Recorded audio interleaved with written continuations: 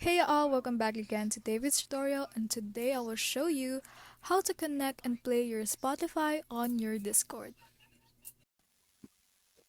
Hey all, so here's how to connect your Spotify on your Discord. So if this is your Discord app right here, this works the same way on your mobile devices. Just go to your user settings, which is beside of your profile. Tap on that.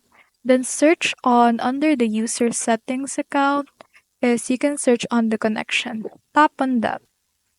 After tapping, as you can see, I already logged in my Spotify account right here, which you can enable to display it on your profile and display Spotify as your status. This one means that your friends and mutuals can see you listening to Spotify. So if you don't have this one, you can just add an account to your profile, which is view more, and there are a lot of connection that you can connect the apps on your Discord. Just tap on the Spotify. It will prompt you to another website again to log in with your Spotify. And that's all.